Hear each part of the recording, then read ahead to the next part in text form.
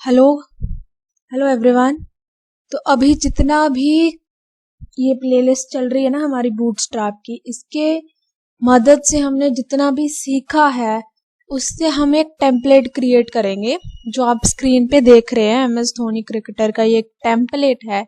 इस टेम्पलेट को आप किसी भी प्रोजेक्ट में कहीं भी यूज कर सकते हो, कॉलम्स इंक्रीज कर सकते हो। बस मेन फोकस है सीखना कि कैसे हम रिस्पॉन्सिव चीजें बूटस्ट्रैप में इजीली बना सकते हैं। जैसे कि आप देख सकते हैं ये टेम्पलेट है, इसको मैंने यहाँ पे इंक्रीज किया इसकी लेंथ को, तो ये फुल स्क्रीन के लिए कुछ इस तरह का हो गया है। फिर मैं इसको डिक्रीज कर रही हूँ तो 3 कॉलम्स इन अ रो आप देख सकते हैं।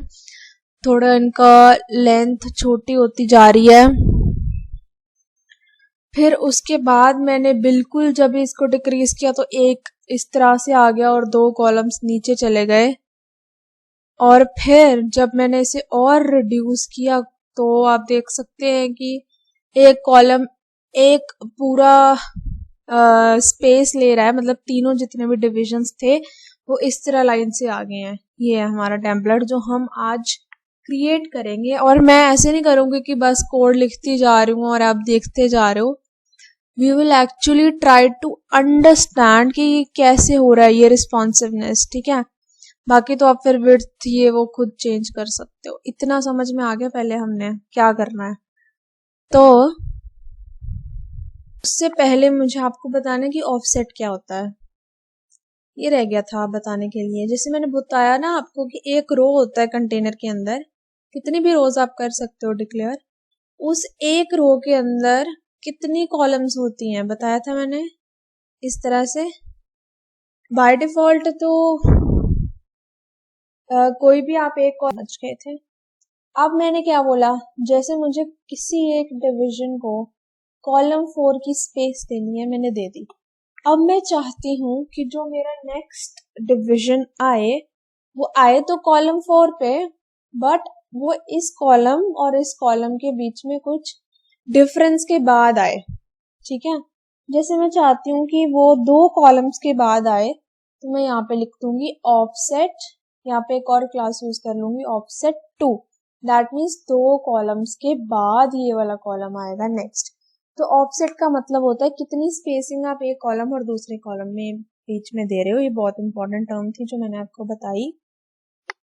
इस पूरे कोड के अंदर जो हम अभी बनाएंगे ये टेम्पलेट देखिए आप। एक तो इसमें हेडिंग यूज किया गया है H1 टैग से पहले। उसमें आप देख सकते हैं कि इस पूरे पेज का कलर भी व्हाइट नहीं है, कुछ बैकग्राउंड कलर भी है, वो भी हम बूटस्ट्रैप से देखेंगे। बूटस्ट्रैप से बैकग्राउंड कलर्स अगर आपने यूटिलिटीज इसकी अच्छे से नोट की थी, अच्छे से चेक की होंगी तो आपको पता होगा। अभी मैं दिखाती हूँ आपको, बूटस्ट्रैप ही ओपन कर लेते हैं। बूटस्ट्रैप की डॉक्यूमेंटेशन ओपन करनी है हमें। क्या ओपन हो रहा है, ठीक है, ये है डॉक्यूमेंटेशन। तो ये है बूटस्ट्रैप की डॉक्यूमेंटेशन। इसके अंदर यूटिलिटीज में जाओ और उसके अंदर बैकग्राउंड वाली यूटिलिटी में हमारा बैकग्राउंड कलर है। तो अगर आपको देखना है कि कौन सा बैकग्राउंड कलर हमारी किसी उस पे यूज हो रहा है, पूरी बॉडी पे यूज होगा ना बैकग्राउंड कलर, तो बीजी, उसके आगे आप कोई भी क्लास का नाम, बीजी मतलब background, primary colour, secondary colour, success, danger, warning, info, light, dark, ये आप देख रहे हो। और हमारे टेम्पलेट में कौन सा यूज हो रखा है लाइट बैकग्राउंड में, तो हम जो क्लास यूज करेंगे बैकग्राउंड कलर के लिए वो होगी बीजी लाइट। मैं आपको जो एक्सप्लेन कर रही हूँ इसे आप खुद भी बना सकते हो, तो you can try it out. तो और हमारे पास 3 कॉलम्स हैं। कंटेनर रो वाला फॉर्मेट हमने ग्रिड वाले वीडियो में समझा था। तो हम एक रो के अंदर 3 कॉलम्स को लेके चल रहे हैं। पहले हम इसे रिस्पॉन्सिव बाद में बनाएंगे। First of all we will just create 3 divs, और उन डिव्स में से 2 में तो पैराग्राफ्स ही आ रहे हैं और एक में है हमारे पास इमेज। और अगर आप इमेज को भी ध्यान से जूम इन करके देखो, या मैं आपको इसको स्क्रीन को थोड़ा बड़ा करके दिखाती हूँ। सॉरी, मैं आपको इस स्क्रीन को थोड़ा बड़ा करके दिखाती हूँ कि ये देखो जो इमेज है ना, इमेज में भी ये कुछ लिखा हुआ है, एक इमेज है उसके नीचे कुछ लिखा हुआ है। तो ये क्या है, हमारे पास इमेज होती है, इमेज में कैप्शन होता है, तो ये हम कैप्शन टैग से लिखते हैं। जो फिगर टैग यूज करते हैं ना हम CSS में, उस फिगर टैग के अंदर हम कैप्शन यूज कर सकते हैं, इस तरह से जैसे ही हुआ है। और आप देखो कि जितने भी यहाँ पे एलिमेंट्स यूज्ड हैं, जितने भी 3 divs हैं, उनके अराउंड कुछ ना कुछ शैडो भी यूज्ड है। ये भी आप ध्यान रख, देखो शैडो यूज्ड है, शैडो भी यूज्ड है, कुछ ना कुछ पैडिंग भी यूज की गई है, कुछ ना कुछ मार्जिन्स भी यूज किए गए हैं। तो आपको ये सारी चीजें हमें ध्यान में रखनी है, ठीक है। और टेक्स्ट का कलर भी कुछ ना कुछ यूज किया गया है। जो टेक्स्ट का कलर है वो ब्लू सा है, तो अभी हमने देखा ही था कि टेक्स्ट का कलर, यहाँ पे टेक्स्ट क्या है, प्राइमरी, ये क्लास से आएगा हमारे पास। तो ठीक है, हम इसको स्टार्ट करते हैं करना। बैकग्राउंड कलर लाइट या वाइट या कोई भी लेके हम करेंगे इसको स्टार्ट। ओके, सो हमारे पास ये कोड है। इस कोड में कुछ, ये मेरा इसका लाइव सर्वर ऑन कर लिया मैंने, ये मेरा कोड है, इसमें सिर्फ बूटस्ट्रैप इंक्लूडेड है और कुछ नहीं किया हुआ। आप देख लो, यहाँ पे मुझे सारा अपना लिखना है। हम इसमें CSS यूज नहीं करेंगे, सारी टेम्पलेट बूटस्ट्रैप से ही बनाएंगे और HTML से बनाएंगे, तभी हमें आएगा बूटस्ट्रैप, ठीक है। तो बॉडी तो है ही है, तो सबसे पहले मैंने क्या बोला, हेडिंग में क्या लिखा हुआ है, MS धोनी क्रिकेटर। यहाँ से हम कॉपी, टेक्स्ट तो कॉपी कर सकते हैं ना, हम टेक्स्ट कॉपी कर लेते हैं और इसे हम लिखते हैं H1 टैग में।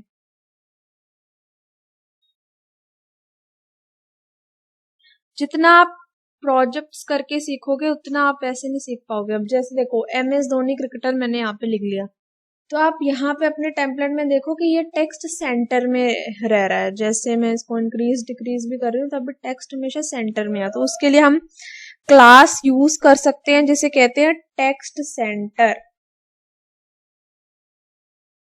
कौन सी क्लास, टेक्स्ट सेंटर क्लास हम यूज कर सकते हैं।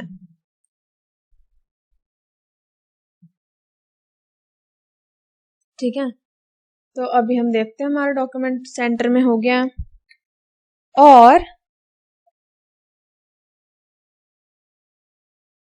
इतना लिखो गया, हम 3 डिविजन्स बना लेते हैं अब, जिन डिविजन्स में हम टेक्स्ट लिखेंगे और सॉरी 3 कॉलम्स बना लेते हैं। एक रो के अंदर 12 कॉलम्स है, हमें तो तीन चाहिए ना, तो वो करते हैं हम। हमने देखा था सबसे पहले हमारे पास होता है एक कंटेनर, कंटेनर के पास अंदर हमारे पास होता है एक रो, और रो के अंदर होते हैं हमारे पास कॉलम्स। एक कॉलम बन गया, हमें कितने चाहिए, 3 कॉलम्स, ठीक है। तो इसी के अंदर मैं 3 कॉलम्स बना लूंगी। पहले मैं 3 कॉलम्स बना ही लूं ताकि कंफ्यूजन ना हो, बाद में 3 ही कॉलम्स चाहिए मुझे। तो जो फर्स्ट कॉलम है मेरा, उसके अंदर मुझे टेक्स्ट चाहिए, दैट इज पैराग्राफ होना चाहिए। तो मैं यहाँ पे एक पैराग्राफ टैग बना लेती हूँ और उस पैराग्राफ टैग के अंदर हम इस टेम्पलेट्स में जो भी टेक्स्ट लिखा है वो एज इट इज कॉपी करके पेस्ट कर लेते हैं। ये हो गया हमारा डन। तो डॉक्यूमेंट के अंदर ये देखिए एक हमारे पास कॉलम ऐसे बन के आ गया है। अब ऐसे हमें जो थर्ड डिविजन है उसके अंदर भी टेक्स्ट चाहिए। तो आप साथ साथ ये भी देख लीजिए कि कैसे हम ऐसे टैग्स को या ऐसी चीज़ों को बनाते हैं, सो दैट आपको नेक्स्ट टाइम खुद भी टेम्पलेट्स बनाने तो आपको आइडिया होना चाहिए कि हम कैसे करें कि थोड़ा इजी हो जाए। एक डिप को बनाने से बेटर है पहले एक रफ सा एक आइडिया सा हो जाए कि हाँ हमें ये करना है, उसके बाद हम पूरा कर लेंगे। इमेज को हम बाद में ऐड करते हैं, पहले इन दोनों को सेट कर लेते हैं कि क्या क्या चीज़ें हैं हमारे पास। तो हमें इसके अंदर सबसे पहले देखो, हर एक डिविजन का कुछ ना कुछ बॉर्डर है, कुछ ना कुछ शैडो है। बॉर्डर तो नहीं है, शैडो है। बॉर्डर सिर्फ इमेज वाले पे है, शैडो है। और उसका कलर तो वाइट ही है हर एक डिव का। और मार्जिन है, तो हम वो देखते हैं कि पहले क्लास तो डिफाइंड है ही कॉलम। रेगुलर शैडो दे देते हैं, सिंपल। 3 थी ना शैडोज लास्ट उसमें डिस्कस की थी हमने, लाइट, रेगुलर, लार्ज। तो रेगुलर शैडो नॉर्मल सी दे देते हैं, ठीक है। उसके बाद मुझे मार्जिन देना है, तो मार्जिन देना है, तो मार्जिन मुझे वर्टिकल चाहिए, वर्टिकल मार्जिन 3, ठीक है। तो आप देख सकते हैं कि ये मार्जिन आ चुका है यहाँ पे। तो ऐसे ही मैं यहाँ पे इस कॉलम में भी मार्जिन दे दूंगी। शैडो दोनों में सेम ही है ना, शैडो और हम मार्जिन यूज कर लेते हैं टॉप बॉटम का 3 सेम हमारा शैडो और मार्जिन इमेज के लिए भी जाएगा, इमेज वाले डिव के लिए। तो ये तो तीनों के लिए सेम है। अभी आप देख सकते हो कि जो तीनों हमारे पास आ गए हैं डिव्स, इन तीनों डिव्स के बीच में कुछ भी स्पेसिंग नहीं है, जो मैंने ऑफसेट वाली बात की थी आपसे। चलो वो भी हम बाद में करते हैं, पहले उसके भी पहले हम दो चीजें देखते हैं टेम्पलेट में कि एक तो पैडिंग है, मैंने बताया था ना, space around the element margin है, स्पेस विद इन हमारा पैडिंग है। दोनों डिव्स में पैडिंग यूज्ड है। और टेक्स्ट कौन सा है, टेक्स्ट प्राइमरी है, तो पैडिंग भी हम सेट कर लेते हैं P3 in all directions, top bottom and everything. अभी ये रिस्पॉन्सिव नहीं है, पहले हम सिंपल बनाएंगे, फिर हम इसको रिस्पॉन्सिव करने की ट्राई करेंगे। तो आप यहाँ पे डिवीजन के अंदर भी पैडिंग यूज कर सकते हो, but I think better is कि आप पैराग्राफ को पैडिंग दो, क्योंकि वही है ना।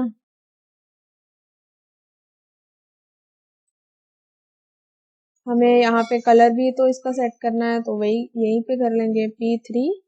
और कलर क्या है मेरा, टेक्स्ट प्राइमरी। या आप कोई भी कलर दे सकते हो, डिपेंडिंग कि आपकी वेबसाइट के साथ कौन सा कलर सही जा रहा है। यही सेम मैं यूज करूंगी अपने इस पैराग्राफ के साथ। आई होप इतना तो क्लियर होना चाहिए आपको, बहुत स्लो गए हैं हम। कोई भी डाउट है कमेंट सेक्शन में आप पूछिए, इंस्टाग्राम पे मुझे टैग कर सकते हैं आप, सॉरी DM कर सकते। तो सब में इतना चीज हमारी सेट हो गई। तो अब आप ये भी देखो कि टेम्पलेट में जो ये हेडिंग लिखा है MS धोनी क्रिकेटर, इस हेडिंग में भी आप देखिए जो टेक्स्ट है वो थोड़ा थोड़ा लाइट शेड में है।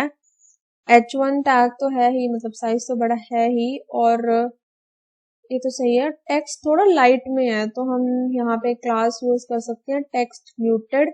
या आप डॉक्यूमेंटेशन में चेक करना तो आपको और समझ आएगा कि ये कैसे हो रहा है, ठीक है। तो इतना हमारा हो गया काम। तो अभी हम थोड़ा इमेज की तरफ फोकस करते हैं। इमेज वाले जो हमारा डिव है उसके अंदर तो सबसे पहले मुझे इमेज इंक्लूड करनी पड़ेगी, और तभी मैं चेक कर पाऊंगी कि मुझे क्या क्या करना है।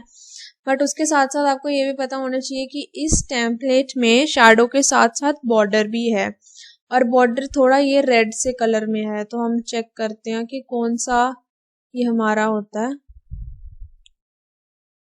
कलर। ये आप देखिए ये बॉर्डर कलर कौन सा है, आई थिंक ये वाला है 4th। तो ये है डेंजर, तो बॉर्डर डेंजर हमको यूज करना है क्लास। ये यहाँ से मैं कॉपी कर लूंगी, तो यहाँ पे मेरे डिव के अंदर पेस्ट कर दूंगी।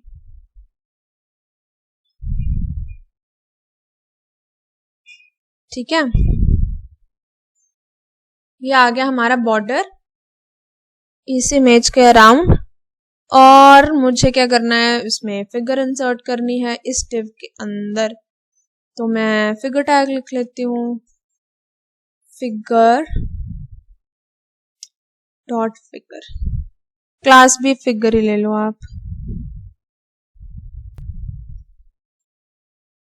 इसके अंदर आपको इंसर्ट करनी है इमेज। इमेज का आपको पता है टैग क्या होता है, इमेज, SRC और ऑल्ट। ऑल्ट क्या होता है, अगर पिक्चर मेरी लोड नहीं हुई तो कौन सा टेक्स्ट आएगा। तो आप कुछ भी लिख लो, ऐसे हम MS धोनी की पिक्चर ले रहे हैं तो MS धोनी ही ठीक है। इतना क्लियर हो गया। ये देखो पिक्चर लोड नहीं हुई तो मेरा ऑल्ट में जो भी था वो टेक्स्ट आ गया। सोर्स का तो अभी ये है कि, तो अभी क्या हो गया, जिस फोल्डर में मैं ये सब कर रही हूँ ना जिस फोल्डर में मेरा ये प्रोजेक्ट चल रहा है, HTML फाइल है, उसी फोल्डर में मेरी ये इमेज आ गई है। तो मैं इजीली इसे इंसर्ट कर सकती हूँ msd.jpg करके। बट अभी आप देखो क्या हो गया, ये इमेज की वजह से ये पूरा वो हो गया, समझ रहे हो, पूरे साइज इमेज का आ गया है। बट अगर हम चाहते हैं कि ये इमेज इस तरह से नहीं आए तो हम एक क्लास यूज करेंगे जिससे मेरी इमेज इसमें फिट हो जाएगी। इस क्लास को मैं बोलूंगी फिगर IMG। ये तो क्लास का नाम ही है ये इमेज का। और IMG फ्लूइड यूज करूंगी मैं। इस क्लास की हेल्प से मेरा पूरा हो जाएगा सॉर्ट उसके अकॉर्डिंग, देखिए। और राउंडेड इमेज हम यूज करेंगे, ठीक है।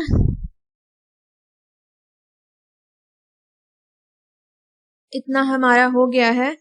अभी ये प्रॉपर नहीं है बट लेट्स सी कैसे, ठीक है। इतना क्लियर हो गया आपको। ये राउंडेड थी ना इमेज, देखो ये इमेज थोड़ी सी राउंडेड थी तो हमने राउंडेड भी यूज किया है। और इसमें ये कैप्शन लिखा हुआ, और आप देखो इसका बैकग्राउंड कलर जो है वो बहुत डार्क सा है, ब्लैक सा है। तो इसका जो बैकग्राउंड क्लास होती है ना इस कलर के लिए, वो होती है बीजी डार्क होती है। तो वो हम अपनी डॉक फाइल में इंसर्ट कर लेते हैं क्लास के साथ ही फिगर में, इमेज में। नहीं, ये डिव में होगा क्योंकि पूरा का पूरा डिव मुझे बीजी डार्क चाहिए। आई होप आपको इतना समझ में आया। पूरा बीजी डार्क हो गया, इसका बॉर्डर भी आ गया। अभी आप देखो ये जो बॉर्डर है थोड़ा क्लियरली विजिबल है, हमारे वाला नहीं है। तो मैंने बताया था विड्थ कैसे इंक्रीज होती है बॉर्डर की, वो लिखेंगे हम यहाँ पे बॉर्डर 3, लेट्स से 3। अब ठीक है ना। तो और मुझे क्या करना है, इस फिगर टैग के अंदर मुझे फिगर कैप्शन बना देना है। फिगर कैप्शन का एक टैग होता है हमारे पास, वो हम यूज करेंगे। सॉरी, उस टैग का नाम फिगर कैप्शन नहीं होता, उस टैग का नाम होता है fig caption. I am sorry. Fig caption के अंदर मुझे चाहिए नाम, कौन सा, MS Dhoni, my favourite cricketer. उसके अंदर मुझे क्लास देनी है टेक्स्ट सेंटर, क्योंकि वो भी टेक्स्ट हमारा सेंटर में था, आपने नोट किया होगा। तो ठीक है, क्या ये आ गया है या हमें दिख नहीं रहा है, क्या हो रहा है। ये देखिए आ गया है, बट वो कलर शायद ब्लैक कलर में है इसलिए विजिबल नहीं है। तो इसके लिए हम क्या कर सकते हैं कि कलर चेंज कर सकते हैं हम अपने टेक्स्ट का। आप टेक्स्ट का कलर भी चेंज कर सकते हो, या फिर आप सिंपली ना फिगर कैप्शन क्लास को यूज कर लो, तो वो अपने आप वहां पे सेट कर देता है कि हाँ वो विजिबल हो जाए।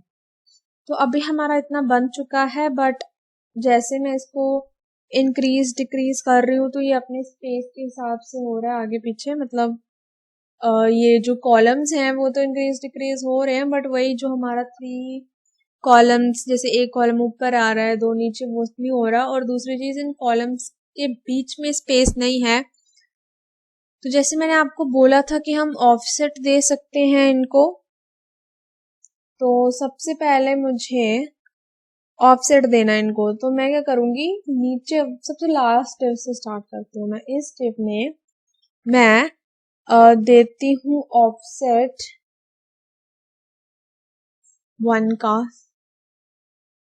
ये देखो आ गई ना स्पेस, बट मुझे ये ऑफसेट 1 का तब चाहिए जब ये स्मॉल है, क्योंकि जब मेरा एक्स्ट्रा स्मॉल होगा तब तो मुझे ये तीनों एक लाइन मतलब एक ऊपर फिर उसके नीचे एक उसके नीचे एक चाहिए।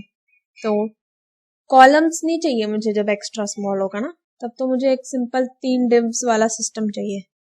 तो मैं SM1 लिखूंगी, दैट मीन्स मेरा ये ऑफसेट स्मॉल साइज पे हो स्टार्ट। तो इस पे मैंने ये कर दिया है, और मुझे ऊपर वाले डिवीजन में भी चाहिए एक ऑफसेट यहाँ पे डाल देते हैं फिगर वाले डिवीजन में ऑफसेट स्मॉल। ये देखिए, तो अभी इस टाइम पे मेरा ये है। अब बात ये है कि अभी इस टाइम पे इसका जो साइज है वो क्या है, स्क्रीन साइज मीडियम है ना। तो मीडियम के टाइम पे जैसे आप देखो, सिंपल सी बात समझाती हूँ आपको। मीडियम के टाइम पे जो ये है ना ऊपर वाला डिव, ये रो का कॉलम एक्ट नहीं कर रहा, ये सिंपल एक डिवीजन है और ये दोनों एज कॉलम्स एक्ट कर रहे हैं। तो मैं क्या कहना चाहती हूँ कि जब ये मीडियम साइज में हो, वहां से मेरा फर्स्ट जो डिवीजन है वो कॉलम बने। तो दैट मीन्स मैं यहाँ पे लिख दूंगी MD, Ctrl+S। तो अब आप देखो MD पे ये अब कॉलम नहीं है, ये सिंपल एज डिव एक्ट कर रहा है, और ये जो है वो सिंपली 2 कॉलम्स की तरह एक्ट कर रहे हैं। बट यहाँ पे प्रॉब्लम क्या हुई कि इसमें ऑफसेट आ गया, तो एक कॉलम का गैप यहाँ पे आपको दिख रहा होगा। तो मैं क्या करूंगी, इसका ऑफसेट में फिगर वाले का MD से स्टार्ट करूंगी, MD के बाद और MD के पहले में। आई होप आपको इतना समझ आ रहा है जो मैं कर रही हूँ, ठीक है। तो ये जो कॉलम है वो मुझे इतना समझ आ गया। अभी देखो इतना तो मेरा रिस्पॉन्सिव बन गया, बट जैसे ही मैं इसको बिल्कुल कम कर रही हूँ तो मेरे ये दोनों जो कॉलम्स हैं वो वर्क नहीं कर रहे एक्स्ट्रा स्मॉल में। ये दोनों मुझे एक के नीचे एक एज अ डिव चाहिए।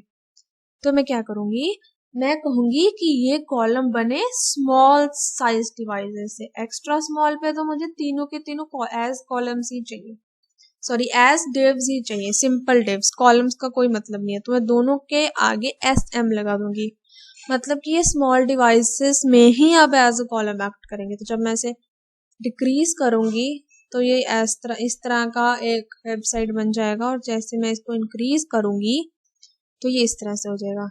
अब मेरा जो है वो ऑलमोस्ट रेडी है, बस इसका बैकग्राउंड कलर देखना पड़ेगा।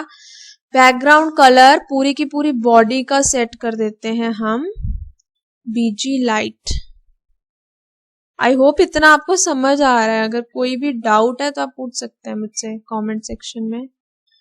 BG लाइट, अभी आप देखिए सारा BG लाइट हो गया, चेंजेस आ गए।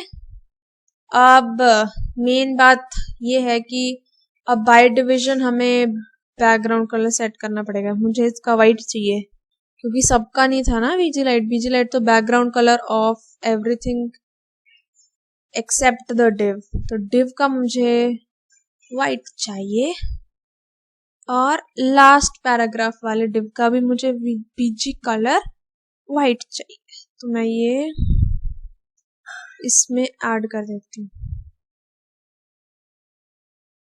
ठीक है। तो ये टेम्पलेट और ये टेम्पलेट मेरा ऑलमोस्ट सिमिलर बन चुका है। बस इसमें ये इशू है कि ऊपर यहाँ पे स्पेसिंग हमारी कम रह गई है ना MS धोनी क्रिकेटर वाले उसमें। तो हम क्या करते हैं, यहाँ पे आके ना इसमें भी H1 वाले पे भी ट्राई करते हैं मार्जिन्स देने का MY3 वर्किंग। अभी सही है।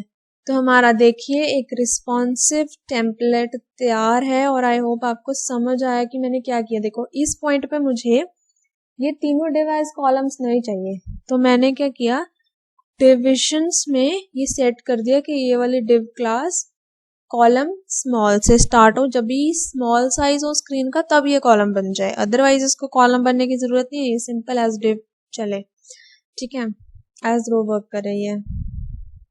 तो मैंने जब इसको थोड़ा सा साइज इंक्रीज किया तो मैंने इन दोनों को कॉलम बना दिया, बट मैंने बोला नहीं, फर्स्ट डिव को तो मुझे जब मीडियम साइज होगा तभी कॉलम बनाना है। तो जैसे मैंने इसको मीडियम साइज पे किया, ये देखिए कॉलम्स प्रॉपरली बन गए, स्पेसिंग मैंने ऑफसेट की एक एक दी बीच में।